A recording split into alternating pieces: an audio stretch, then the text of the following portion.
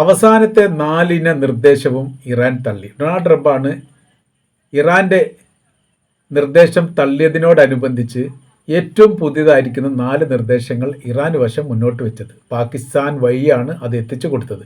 ഈ നിർദ്ദേശം പാലിക്കപ്പെടുന്ന പക്ഷം യുദ്ധവിരാമവുമായി ബന്ധപ്പെട്ട കാര്യത്തെക്കുറിച്ച് ഗൗരവമായി ആലോചിച്ചുകൊണ്ട് വളരെ പെട്ടെന്ന് തന്നെ ആ രീതികൾ നടപ്പിലാക്കാം എന്നാണ് പാകിസ്ഥാൻ മുഖാന്തരം ഡൊണാൾഡ് ട്രംപ് ഇറാനെ അറിയിച്ചത്.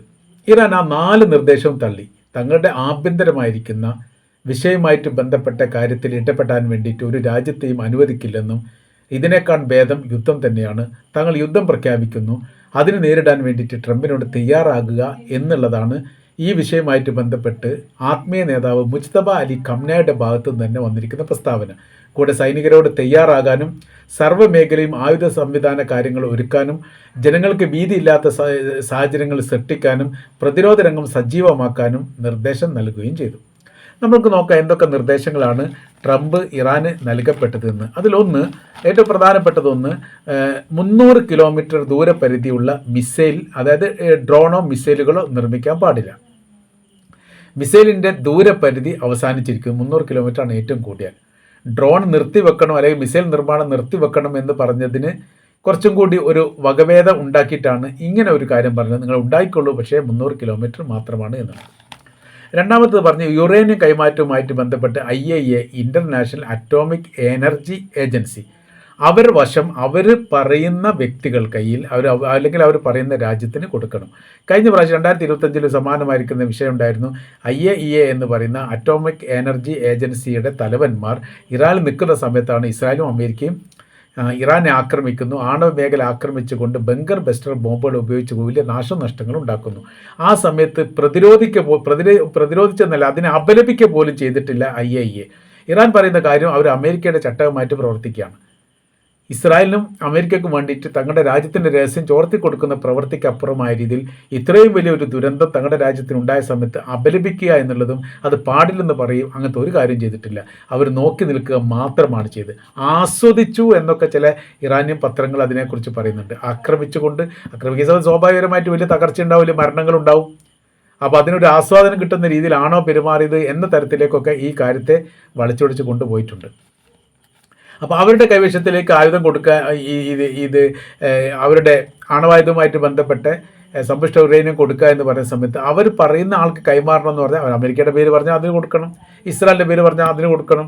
ആ തരത്തിലേക്കാണ് കാര്യങ്ങൾ പോകുന്നത്. അവർക്ക് വേണ്ടിയുള്ള ഏജൻസി പണിയാണ് എടുക്കുന്നത്. അതുകൊണ്ട് അത് ഒരിക്കലും അംഗീകരിക്കുന്ന കാര്യമല്ല.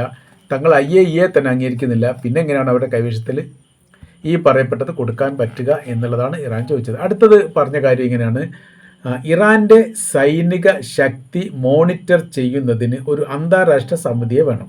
ഏകദേശം 7 ലക്ഷം 8 ലക്ഷത്തോളം സൈനികരുള്ള, അതായത് റിസർവ് സൈനികരടക്കം സൈനികരുള്ളൊരു രാജ്യമാണ് ഇറാൻ എന്ന് പറയുന്നത്. അപ്പോൾ അവരുടെ സൈനികപരമായിരിക്കുന്ന പ്രവർത്തനങ്ങൾ, തന്ത്രപരമായിരിക്കുന്ന നീക്കങ്ങൾ, രഹസ്യപരമായിരിക്കുന്ന സംവിധാനങ്ങൾ, അവരുടെ ആയുധം ശേഖരിക്കപ്പെട്ടത്, ആയുധം സൂക്ഷിക്കപ്പെട്ടത്, അത് പ്രയോഗിക്കുന്ന രീതികൾ ഒന്നും അമേരിക്കക്ക് അറിയില്ല, അജ്ഞാതമാണ്. അതുകൊണ്ടാണ് അവരുടെ സൈനിക സംഘബലം മനസ്സിലാക്കാത്തത് കൊണ്ട് ഇത്രയും നാണം കെട്ട പരാജയം അമേരിക്കയ്ക്ക് ഓരോ ദിവസം ഉണ്ടായിക്കൊണ്ടിരിക്കുന്നത്. അതിനെന്ത് ചെയ്യണം? മോണിറ്ററിങ് ചെയ്യുക എന്ന് പറഞ്ഞാൽ അതിൽ അമേരിക്കയുടെ ഏജൻസിമാരുണ്ടാവും, അവരൊറ്റുകാരായിരിക്കും. ആ പ്രവൃത്തിക്ക് വേണ്ടിയിട്ടാണ് അവർ ഈ കാര്യങ്ങൾ ചെയ്യുന്നത്. അപ്പോൾ ഇപ്പം തന്നെ ഇറാൻ എന്ന് പറയുന്ന രാജ്യത്തെ 31 പ്രവിശ്യയാണുള്ളത്. ഈ 31 പ്രവിശ്യയിലും വലിയ രീതിയിൽ വ്യത്യസ്ത തരത്തിലും വ്യത്യസ്ത രൂപത്തിലും ആയുധ ശേഖരങ്ങളും സൈനിക വിന്യാസങ്ങളുണ്ട്. 3-4 തരത്തിലാണ് ഇറാൻ്റെ സൈനികർ. 1, സർക്കാരിൻ്റെ കീഴിൽ പ്രവർത്തിക്കുന്നത്. 2, ആത്മീയ നേതാവ് ആയത്തുള്ള അലി ഖംനൈ, ഇപ്പോൾ മുജ്തബ ഖംനയുടെ കീഴിൽ പ്രവർത്തിക്കുന്നവർ. അടുത്തത് CID പോലെയുള്ള രഹസ്യ സംവിധാന കാര്യങ്ങൾ ഒരുക്കുന്നവർ. പിന്നെ പോലീസ് ഡിപ്പാർട്ട്മെൻറ്റ് ഓട്ടോമാറ്റിക് ആയിട്ട് യുദ്ധവുമായിട്ട് ബന്ധപ്പെട്ട കാര്യങ്ങൾ ആ സമയത്ത് അവർ സൈനികരാകുന്ന രീതി, ഇങ്ങനെ പല തരത്തിലാണ്. ഇത് എങ്ങനെയൊക്കെയാണ് എന്നുള്ളത് അവർക്ക് തന്നെ അറിയില്ല. അപ്പോൾ അതൊരു അന്താരാഷ്ട്ര ഈ സമിതിയുടെ നേരെയാകുന്ന സമയത്ത് ഇതൊക്കെ ചോർത്തിയെടുക്കാൻ വേണ്ടി സാധിക്കുമല്ലോ, അതാണ് ഉദ്ദേശിച്ചത്. അടുത്തത് ഓർമുസ് കടൽ അന്താരാഷ്ട്ര സമിതിക്ക് നൽകണം. അതും അന്താരാഷ്ട്രമായിട്ട് ബന്ധപ്പെട്ടതാണ്. ഓർമുസ് കടൽ എന്ന് പറഞ്ഞാൽ പൂർണ്ണമായിരിക്കും നിയന്ത്രണം ഇപ്പോൾ ഇറാൻ്റെ കൈവശത്തിലാണ്. ആ മേഖല കടന്നുകൊണ്ടൊരു കപ്പലിൽ പോകണമെങ്കിൽ എന്ത് ചെയ്യണം? അവർക്ക് ചുങ്കം കൊടുക്കണം.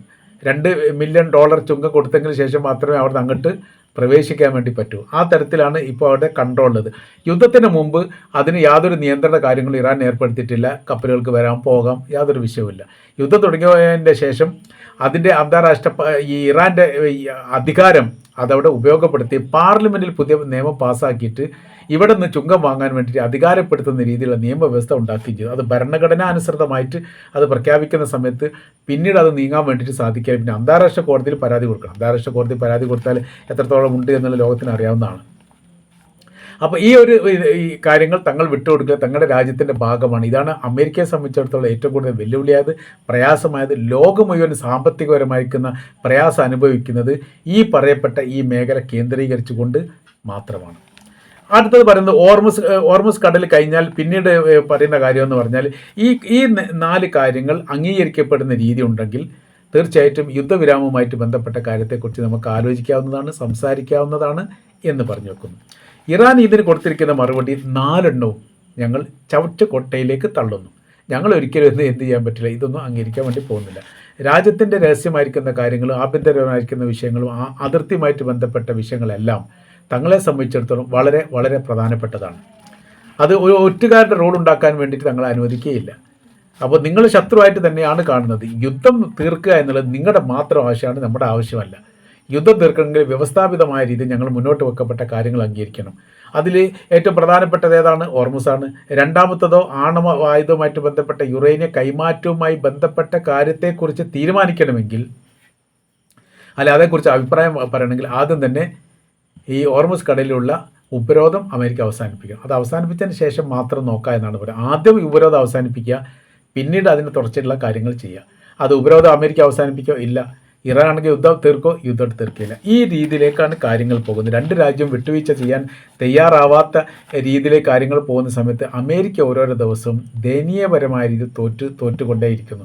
അവരിപ്പോഴും നാശത്തെക്കുറിച്ചോ നഷ്ടത്തെക്കുറിച്ചോ അവർക്കുണ്ടായിരിക്കുന്ന പ്രയാസത്തെക്കുറിച്ചോ ലോകത്തോട് പറഞ്ഞിട്ടില്ല, പറയുകയില്ല.